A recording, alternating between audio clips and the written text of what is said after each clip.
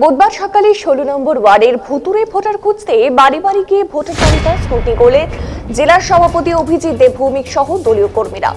দলীয় বৈঠকে সিদ্ধান্ত নেওয়া হয়েছে জেলা জুড়ে ভুতুরে ভোটার খুঁজে বের করতে অভিযান চালানো হবে। আর সেই মোতাবেক এদিন কোচবিহার পৌরসভার 16 নম্বর ওয়ার্ডে বাড়ি বাড়ি গিয়ে ভোটার কার্ড নিয়ে ভোটার কার্ড যাচাই করা হচ্ছে।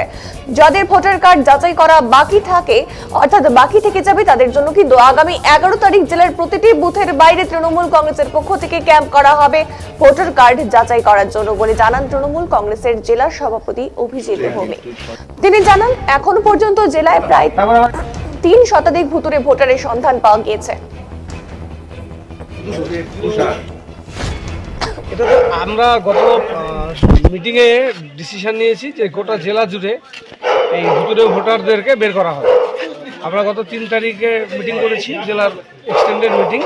সেখান থেকেই নির্দেশ দেওয়া হয়েছে আজ থেকে পুরো দমে জেলার সব বুথে কাজ শুরু হচ্ছে একসাথে। আমি নিজের যে বুথের ভোটার সেখানেও কাজ করছি। এখানে সব বাড়ি বাড়িতে চেক হচ্ছে। কাল থেকে সারা জেলায় যখন যেখানে প্রয়োজন সেখানে যাব, কর্মীদেরকে উৎসাহিত করবার জন্য তাদের পাশে থাকবো। ভোটারদের বাড়িতে গিয়ে তাদের ভোটের কাছ থেকে এপিক কার্ড নিয়ে ভেরিফিকেশন করা। এমন না যে পার্টি অফিসে বসে বাড়িতে বসে একটা ভোটার লিস্ট নিয়ে মোবাইল নিয়ে বসে পড়লাম, চেক করলাম।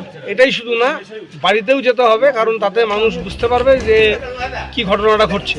অনেকে বিষয়গুলো সম্পূর্ণভাবে জানেন না, তাদেরও বিষয়টা নলেজে আসবে এবং পরবর্তীকালে যখন আবার এই ভোটার লিস্ট বারংবার যখন বের হবে, স্ক্রুটিনি হবে, সেই সময় এই অ্যাপসের মাধ্যমে মানুষ নিজেরাও বাড়িতে করে নিতে পারে।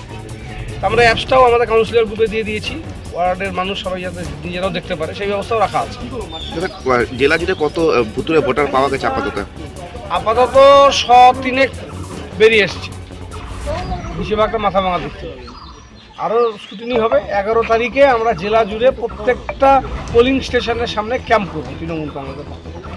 জেলার যত পোলিং স্টেশন আছে সব পোলিং স্টেশনের সামনে ক্যাম্প হবে এবং সেই ক্যাম্পে আমাদের পার্টি কর্মীরা বসবে। যাদেরটা বাড়ি বাড়ি স্ক্রুটিনি করা গেল না, বা কেউ পরিযায়ী শ্রমিক আছে, বাইরে আছেন, কেউ বাইরে ভাড়া থাকে, কর্মসূত্রে দূরে আছে, তাদের জন্য একটা ক্যাম্প করা হবে।